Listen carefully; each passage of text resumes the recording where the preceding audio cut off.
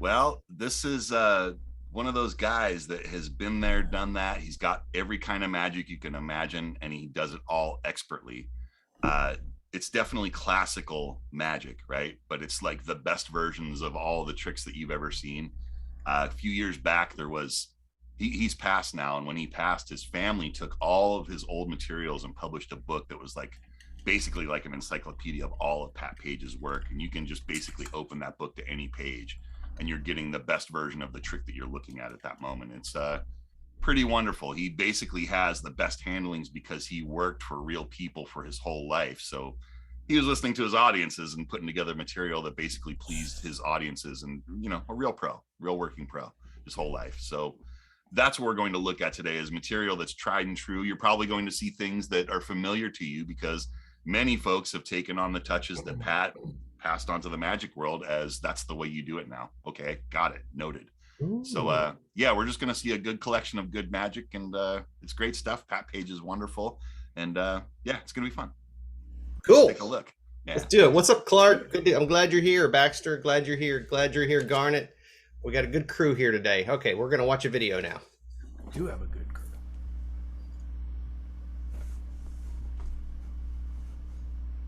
No sound. Run that. Do you know what that is like? Oh yeah, I guess we did have sound. Sorry, I couldn't hear it. It was delayed or something.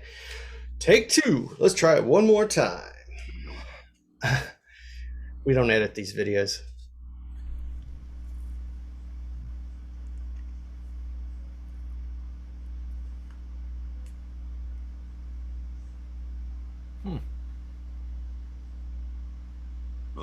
Like both hands. That's fine. Look, there's one there and there's one there.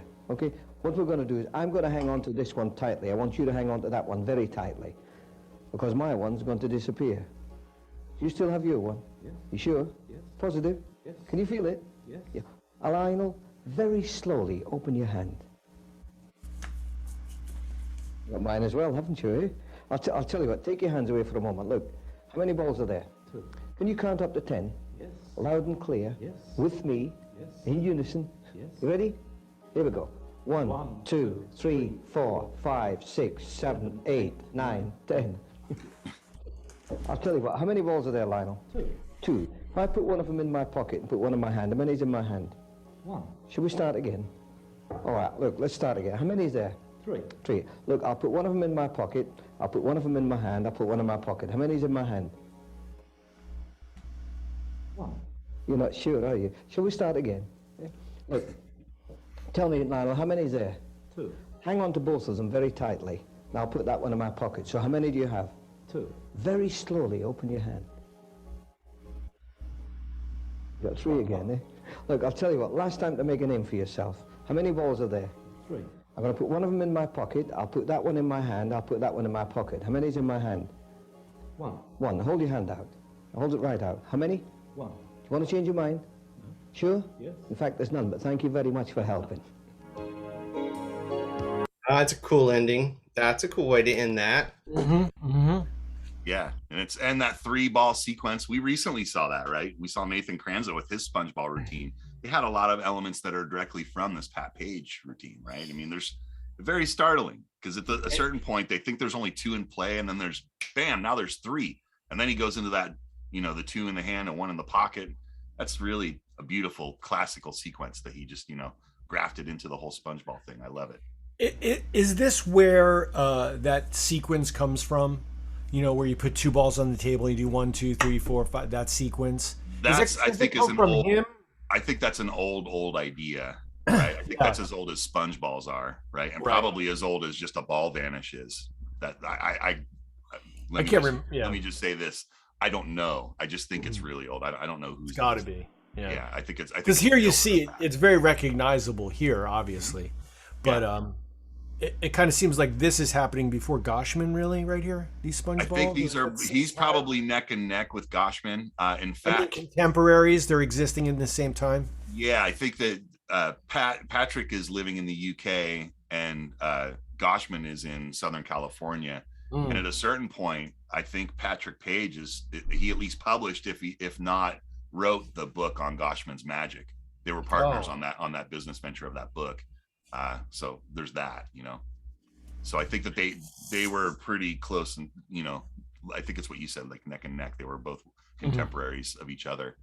And when you look at description wise of what Patrick Page has to say about SpongeBalls, you can see that a lot of the same technology is there that Albert Goshman has, and he's got all the goods on how to make the SpongeBalls be as good as they can be. So I'm sure there was a lot of sharing of secrets. In fact, I'm remembering one where he does an effect where he has a ball that's about this big, and then he blows it up like a balloon, and it becomes a big giant SpongeBall. And he says he got that from Albert Goshman. So I think a lot of it's bleeding over into Pat's work.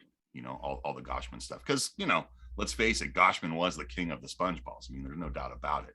He had every way you can do any effect with magic with SpongeBalls. Goshman had a version of it. So it makes sense that they would sort of be in cahoots on a couple of these things. Our really good friend Simon Drake, when we did a couple of shows about Simon, and then Simon came and did a great lecture for us at Conjure Community, and him and Pat were really good friends, and Pat worked with Simon on tons of stuff. And I remember Simon and I were having this conversation about Patrick. Like, a lot of people just don't know how brilliant this guy really was. He had his hands in every genre of magic. He understood everything from the closest of close-up magic to the largest stage illusions, and he had work on just about everything. So, in America, like, if you're going to do a TV show, there's a couple of guys you're going to go get because, you need their advice, you need their help. I think over in the UK, like, I think Patrick Page was that guy. Like, I think if you were going to try to do something big, do something on television, especially, like, he's the mentor that you would want. So I got to learn a lot about him, and it's really, really interesting just to see how he handles something like that SpongeBall routine, because sure is good. I mean, the misdirection and everything built into that, really, really nice. For those that are watching, you should go back and watch that Simon Drake episode that we did of Afternoon Astonishment, so you can see some of the manipulation, the hand manipulation that Simon was doing on some of those tricks. Get that direct line right to Patrick Page, because Adam is right. I totally had forgotten that he was the consultant on all that stuff with Simon, and it's outstanding. I'm sure that it raised the bar on the whole thing, and Simon would say so too. Really awesome. I totally forgot about that. Thanks for bringing that up. Oh yeah, man. And I mean, all of it. I think that so this show is not about Simon Drake, but I'll just say one more thing. Like, when you go watch Simon's magic and you see that classical influence, some of it was there from Simon's childhood, but some of it is definitely a direct line to Pat Page. Just like Alex said, like, you watch that stuff and you're like, okay, you have been studying with a master. And I never got to meet Patrick Page. Did either of you guys ever get to meet or hang out with him? No, he was way before my time. There was I wish. I have the book, and I think that the book is outstanding. Newell says he was a regular visitor to the Hollywood Magic. He was okay, gotcha.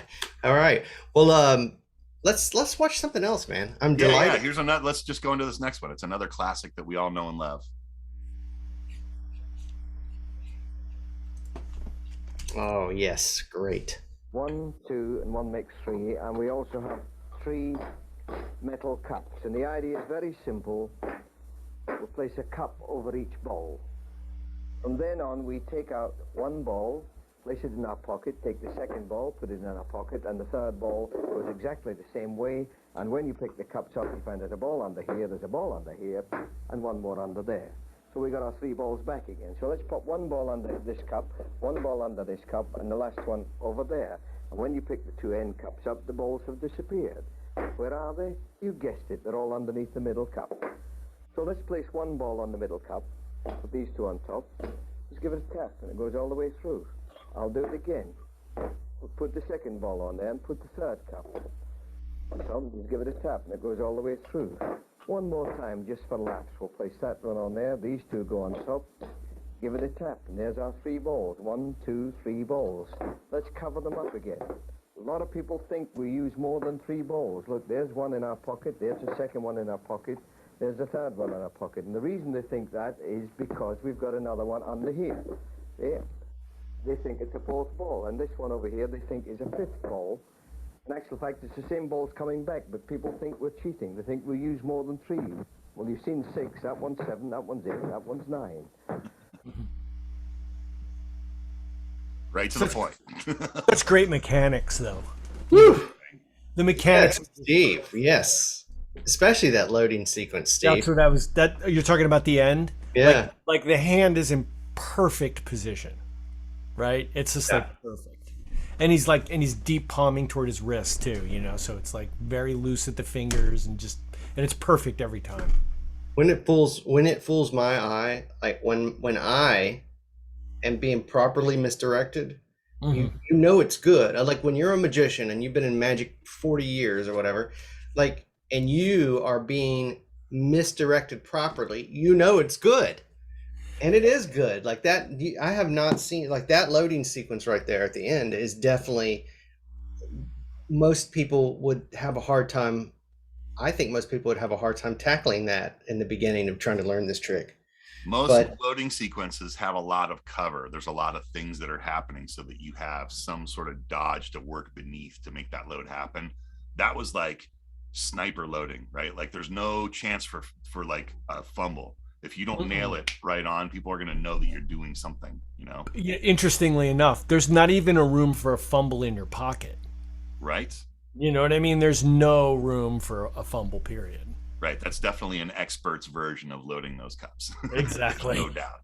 And it was magnificent. Yes, sir. Yes, sir. Gosh. Just beautiful to watch. And, you know, we had a couple, you know, so some people might think that the rhythm was a little too fast. I don't know what we were just watching. Like you taking that trick out of context.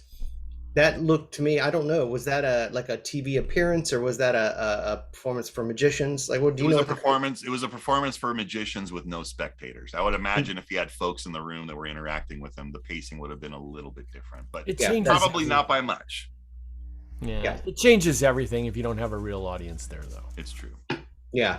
I mean, you definitely don't have the beats that you have to wait for applause when you speak and stuff. So that's probably did have a little something to do with the rhythm. But an amazing structure to that classic, it is semi-classic structure to that routine. I mean, it's not exactly Vernon, but it's Vernon-esque. You know, it had some Vernon elements in it for sure, right? But it also had a lot of other very classical elements that were in there too, you know. And it's interesting. I've seen another Pat Page routine with the cups that's completely different from this routine, right? It's got the only matching elements is that there are cups and balls and loads, but the rest of it, it's like a completely different sequence. And, you know, the way he loads it is a completely different methodology and completely covered. It's wonderful. You know, he's just clearly a genius of magic, and he could, you know, go on all these different tracks and had enough technology at his disposal that he always was able to make the right decision. You know, it's awesome. And clearly those decisions were informed by performing for real people. Sorry, Adam. I'm curious if you're with us right now in chat, put a 1 in chat if you currently do a cups and balls routine. If that's part of your repertoire right now. Curious to know how many people are working on that or have that worked up. Because I would almost say like that's a great, if you were to follow that, if you were to follow the first half of that routine, it would be a great learning place to start, because like the way the first half of that routine starts, I mean, it starts to get a little harder towards the end, but the way that routine really starts would be a great way to like even approach the cups and balls. It has a little mixture of some of the best moves, some of the best like classic approaches to it. It's just really good, man. Solid. Yeah, no doubt. And did you notice something else about that presentation when he did it? It's like, most folks, they have like a wand, they have a performing surface. That guy was doing that on a hard table with metal cups, right? That's like as hard as it gets, man. That's right. I forgot about that. You're right. You're absolutely right. Crazy. All right. Well, let's watch something else. That was great. Yeah, let's get into this next one. Another beautiful classic. We actually had a little taste of it last night in the Member Mastermind show. It's pretty wonderful. Let's take a look. Ring trick, you need a rope and you need a ring. This one is a simple problem. If I were to ask you, is it possible to get that ring onto that rope in that position, I think you'll agree that there's only one way you can do it. and that is to thread the ring up over the end of the rope like that. Yes? Yes, you'd say yes, but you'd be wrong. Because there is another way, because not only can you thread that ring up over the end of the rope like that, but you can thread it up over this end of the rope like that. So that's two ways. But I think you'll agree that it's impossible to take that ring, put it on the middle of the rope, and do that. That cannot be done. Now, if that cannot be done, you're probably saying, how did I do it? Well, I'll tell you. There's a hole in the middle of the rope. No one ever believes it. Look, if I were to thread the rope up through the ring quite genuinely and pull the ring through the hole in the rope, would you believe me now? No, probably not. But supposing I were to tie a knot, a genuine knot, in the middle of the rope and just pull it tight, and then the knot slipped through the hole in the rope, would you believe me now? I thought that's a pretty good twist on that whole thing. I like it. Man, you know, the older I get, there's a time in my life I would never consider doing something like that. But the older you get and you look at that, you're just like, that's It's a so charming great. piece of magic, It's man. so all-purpose. It's so Yes. perform anywhere. It's For anyone, like Yeah, from it's a just child so to the great. oldest person that you meet, right? Yeah. They all And will it's- understand it. It's so clear. It was like 3 phases too, right? Yeah, totally. I think it was like 3 phases. You know, it's amazing, beautiful, beautiful stuff. He understands that the power of that number 3 for sure. No doubt. Probably see it all over his magic. If we started to look at it like structure wise, we probably see the 3 thing everywhere. If you don't know what we're talking about, you know, magicians like often ask how many phases should I do, and oftentimes the answer is 3. 3 is a great number. It just is. You It's see like it in a lot of entertainment, right? 3 acts in a play, you know, beginning, There you middle, go. and end. That's a great structure. 3 strikes and you're out. 3-ring circus. 3 Comedians. stitches. Comedians do it too, right? They Yeah, they right. do their jokes. They use the power of the 3 in the jokes. Absolutely. Yeah, and a lot of ambitious card routines that have 247 phases. Well, they might should have 3. Just Be saying. better with 3. Be better with 3. That's great. I'm gonna check that out. I love that. The ring I always use is a much smaller ring than that. So I'm assuming some of that needs that larger ring. Is that right, Alex? Do you know much about the method on that? The method on this one does need a bigger ring for a couple of those moves that he did. At least one of them that I'm remembering specifically, you need a bigger ring for. But I think a bigger ring sometimes is better. It really depends on the venue you're performing. If you're doing walk around, you could use any ring. Could be that bigger one or a smaller one. But if you're working for a bigger crowd of folks, you want that bigger ring so it plays, you know. So that's the one I would go for. I like the bigger Yeah. one. You know? Got it. There's some of the moves. Some of those ring moves require you to be able to hold the ring with one hand too, Right. and you can do it with the bigger ring, but it's tough. Like when you start to get a ring that's longer than your actual stretch of your hands, and it's really hard to do some of those classic moves. But some of those moves, when the ring's only like that, some of those loading sequences where you put the string on and off is so much easier. But it's like a whole different approach to ring magic, really. We should do a show about it, Steve. Yeah. We should do a whole show about ring magic. Can I as beautiful as that routine was, can I be critical? Yeah. Yes, it's just like a pet peeve of mine. Can we get some clean rope? Can we take care of the ends of the rope, make it look like, It's funny that it's you a say thing. that. It's a I thing, I for think- me. I think it's the quality of the footage because it's videotape that was transferred to digital. Because in that collection of these rope tricks, he Right. goes on a diatribe about how look, rope's not that expensive if you're going to use rope and Okay. trick, you need to have clean rope. So I think that he was very hip to that idea. Okay, it looked really yellow and kind of nasty in that video there, and it's Let's pull it back up. Ethan, pull the footage back Let's up see. for a second. Let's take a we're look looking at the rope. frayed We're ends. going to need to go to the jury. Let's go to the jury on this rope. There it is. See. Looking a little brown and dingy to me, but then again, watch the ends. See, the ends are the giveaway there. I see what you're saying. Yeah, they are a little. They Yeah, look like man. they've been tied though with some string, maybe Possibly. a little higher. No, take nothing away from the man. He's a genius. Okay, but let's just get some clean rope. That's all I got to say. And I in like general, if you're doing rope magic, make sure you use clean Yeah. rope. Buy yourself a full I- hank of Oh. rope So you can spend the replace money. that rope. I once I whenever I see magicians do rope tricks, especially on like Instagram or TikTok or whatever, and the rope looks like they tied it to the car and then they brought it in and they were pulling a tree out of the mud with it. I'm always like, hey dude, get some new rope. Come on. What is the magician can't make any like clean rope appear, just like dirty rope? He tells a story on this collection about a pro working in England that is a well-known name that does the how did he put it? The equal and unequal ropes, and he's been doing it with the same pieces of rope for 20 years, and it's horrible. And if I ever catch any of you doing that, I will watch them. Damn it. Okay, I'm off my soapbox. I'm guilty of the same thing. I have like some of my gaffus rope that I just refuse to replace, so I keep carrying it around in Ziploc bags, trying to keep it as clean as possible. You ever wash it? Can you like put it through the washing machine and clean Well, it? you know what you do is your lady has one of them mesh bags, that she puts. Oh yeah, I think you mentioned this before. That is the answer. Stick your ropes in there, and then you throw that sucker in the washer. In the special lingerie bag. The little lingerie bag. There it is. That's the hot tip, guys. That is a hot tip, bro. Do you have to remove the magnets or not? I don't know. I don't keep magnets in my rope, man. I would leave it in there. I think you got. You know what else? You can take them out. You know what else I do? Because I don't like to part with my sets, just like you're saying, right? So, like, I'm doing the Professor's Nightmare. I got like 6 or 7 sets. I also have a sweater shaver. You know what a sweater shaver is? Yeah, it takes off the little fuzzy balls. So after you take it out a little bit, it's a little more fuzzier than I like. So I go ahead and I hit it with the sweater shaver. So how long can you get a piece of rope to last for? Oh, I've been working one of those sets for, probably 10 years. See? Pat Page might have something to say to you. But it's not about preserving the rope. It's just like having the prop there to use every time without having to think about it.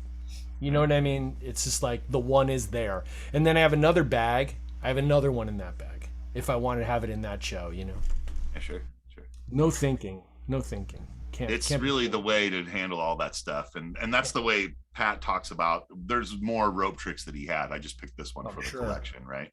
But he talks about having them in there as a backup trick, as a standby trick.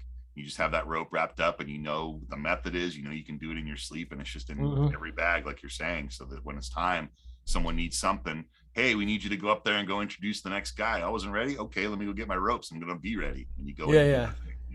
You never know when you never know. You never know. There's one I can remember many times where I've been booked to work, like close up at a party. And then all of a sudden they're like, Janie that was supposed to run the numbers for the giveaway in the show, she's not able to make the dinner. Can we pay you to stay for 2 more hours and read off bingo numbers? Absolutely. Where do I sit? Can I have a cocktail? Exactly. You just never know. Be ready.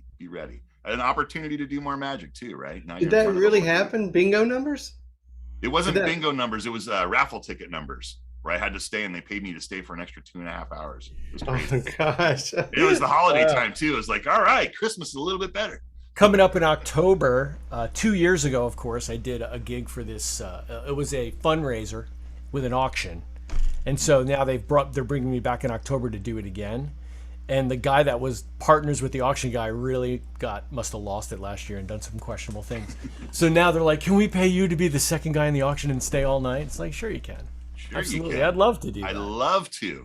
I would love to do that. Are you kidding me? I get to just be a wisecrack. I just get to wisecrack in all your auction items. Come on, pretty much the dream game. Come true. It's been so long since I've done an actual show. I think I would actually I would babysit kids for free at this point. Just to get out of the house. It's coming out. We should maybe talk about this in the after show, but it's coming along. I booked a great one today. I've got a gig Saturday night. It's slow coming back. Yeah. Good for you, man. Coming back. Well, let's get into the next one then. Let's check this out. This is more of a gambling slant, but a great close-up piece if you can play it right. Right? We've talked about this recently in the club. This is a good effect. Shell game, we spoke about it, uses 3 shells. Actually, the 3 half shells. And apart from the 3 half shells, we also have a little thing called a pea. And that is the pea. And the idea is I'm going to put the pea underneath one of the shells, and your job is to guess which shell it's underneath. That's simple, isn't it? Yeah. Let's have a little trial run. Look, there's the pea under the middle shell. There's nothing under the other 2 shells, okay? So the pea is under the middle shell, right? Right. Good. Now all I'm going to do is move them forward one at a time, and then move them back one at a time. And your job is to tell me where is the pea? Under the middle one. That's right. That's easy, isn't it? Yes. If you'd have bet £5 on that, you'd have won, wouldn't you? Yes. All right, let's do it again. There's the pea under which shell? The middle shell. I'm going to push them forward the same as before, but this time when I push them back, I'm going to alter their position. So which one is it underneath now? This one. Yes. You should have picked the middle one. Shall we start again? Okay, let's do it again. There's the pea underneath the middle shell. Okay? All I'm going to do is move them forward like that, and move them back again like that. Which one is it underneath? I told you you should have picked the middle one. You haven't quite got the hang of it. Let's do it one more time. There's the pea underneath the middle shell. Okay? The other 2 are empty. I'll tell you what I'll do, Kirsten. There's the pea under the middle shell. I'll give you a chance. I'll make it easy for you. We won't use this shell at all. We'll just use the one with the pea and this one. Okay? Now, if I move them around like that, it shouldn't be too difficult to tell which one it's underneath. This one you'd lose on. As a matter of fact, you'd lose on this one as well. You should have been keeping your eye on this one over here. I'll tell you what, let's make it easier for you. There is the pea under that shell. Okay? Okay. There's nothing under that one, and there's nothing under that one. Now, what I want you to do is put your finger on top of that shell and hold it down. That's it, and these are the other 2. Now, you've got the one with the pea under it. That's right. You sure? Yes. Have a look. You'd have lost your money again. It's underneath this one. Look. This way I can't do anything. I can't touch it. There is the pea under that shell. The other 2 are empty. Now, before I had you put your finger on it, but this time I'll totally isolate it. We'll cover it with a glass. So you can put your finger on top of the glass. So nothing can get near there. This shell is empty. This shell is empty. Okay? Now, where is the pea? I've got it again. Have a look. Just in case you think there was more than one. Right? I did not know that that he actually knew Bellatrix Lestrange. She was much younger there, but yeah. Okay, that was a bad joke. Sorry. I was trying to help. Yeah. I do, that when you've seen one pea trick, you've seen them all. It's not my favorite plot in the whole world. It's just not, but it was when I remember a point in time as a child. It was well done, right? I just don't love the plot as much as I used to for some reason. I wonder why that is. Well, it's a gambling slant, right? There's a lot of gotcha moments in it, and you have to play it right. And if you don't play it right, it's going to rub people the wrong way. But if you can do it tongue in cheek and not have it so that someone's feeling like, ooh, I'm a loser. Oh, you got me again. If you can take away that sting and really be there with people, it's an entertaining piece. I've seen people kill at events with just that trick alone. And it's an amazing thing. I've never done it professionally. I've played with it. I've done it for friends a couple times, but that's as far as I've gotten with it because I'm still trying to find my way in it. But when I've seen people do it and they really do it well, it's like nothing else. It's pretty wonderful. We recently, the exception to that though, is we recently had a Conjure community member do that on one of our member mastermind shows. And I love the way he approached that routine. Was it Mike? Yeah, it was Mike who did it. Mm-hmm. Yeah, it was. And I love the way he approached that routine and did it. And of course, Whit Hayden is awesome. Yeah, you're right. I mean, there's some really great shell routines. And I've never seen anybody do it on the street.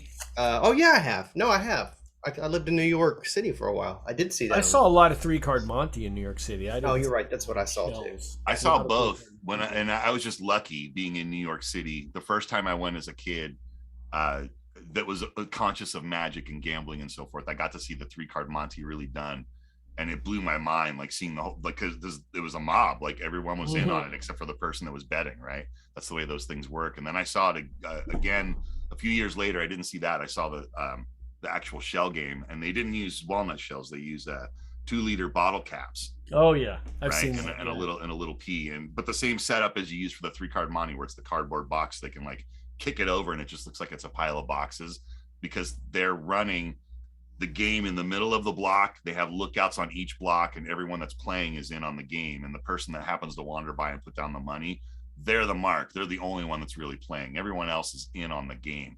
And I watched this whole thing go down, and I went around the corner, after it was over, and I saw a cop standing there. I was like, hey man, if they're running like a gambling scam. And he's like, they do that everywhere. There's nothing we can do about it. I was like, what do you mean? And the guy broke it all down for me. He told me all the ins and outs about it. He's like, if I walk even within 10 feet of that corner, that thing's going to vanish by the time I turn the corner. I was like, what do you mean? And he broke it all down and told me all the logic behind the whole thing and how they try to stop it in the city, but there's not really much they can do about it. It's just going to exist. So the only thing you can do is don't play the game. Otherwise, you're going to lose your money. You know what we should do? We should have Simon come on and give us a rundown of Patrick Page routines and let him watch this stuff with us, because he was so close with Pat. It would be amazing to just get his take on like some of these old routines and stuff. I gotta say that he might not love that idea. He might not. I'll ask him and see. Are we going to get to watch any more Patrick Page magic today? Yeah, let's do one more. A couple people have alluded to in the chat a little bit about Pat's height, how tall he is in real life. And in this next clip, we're going to get a good taste of how tall Pat really was.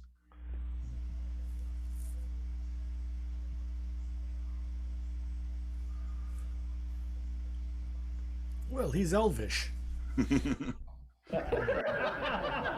Don't warned us, huh? Yeah, you. Already. Look, I cried when you fell off that wall. Ouch. Dumpty, Dumpty. Yeah, you got any money in your pocket? Yes. Change? Yes. Can I have a coin? Can I have a coin from you? Two different coins. What have we got here? 20. You're wealthy, eh? A pound coin. Now, a miracle with 2 coins. All I'm going to do is pass them behind my back. Now, I want you to be quite honest and truthful, yes or no. No funny games. Is that your coin? No. No. Is that your coin? No. That isn't yours? That isn't yours? Well, it must be mine. Anyway, look. Well, he thought it was funny twice. All right, it's very simple. I want you to help me with a card trick, just help me. They're all different. There's 52. We'll give them a good mix-up. Okay? Shall I mix them again? Okay? That's a Scotsman's shuffle. It saves wear and tear on the cards. Scottish joke. Help yourself any way you like. Look at it, remember it, because that's the important part of the trick. You will remember it. Yes. Would you like to pass it behind my back to your father on the left here? That's right. And would you like to put your initials on the face of the card? The face is the front side. You don't write on the back side. Try it on the edge. I don't care. And when you've finished, put the lid back on the pen, and I'll have the pen back. And I can work tomorrow night as well, you see. Will you remember the card? Put it back on top there. Silly when you think about it. He takes a card, he puts it back, I find it, and I call that a card trick. Let's find out. Do you ever gamble? Do you ever gamble? No. You got a pound note on you? Pound coin? You got a pound coin? I did have. Have you got any money? No. Well, look, let's have a little gamble. No, it's very simple. I'll bet you the contents of my... Look, there's my wallet on the floor. I'll bet you... I'll tell you what, I'll put a couple of coins on top of it as well. There you are. Yeah. That I can find you a card with one cut. Just cut the deck like that, and I'll find you a card. After he shuffles it. Well, that's fair, isn't it? I'll give him a good mix-up. Hold them up flat on your hand. That's good.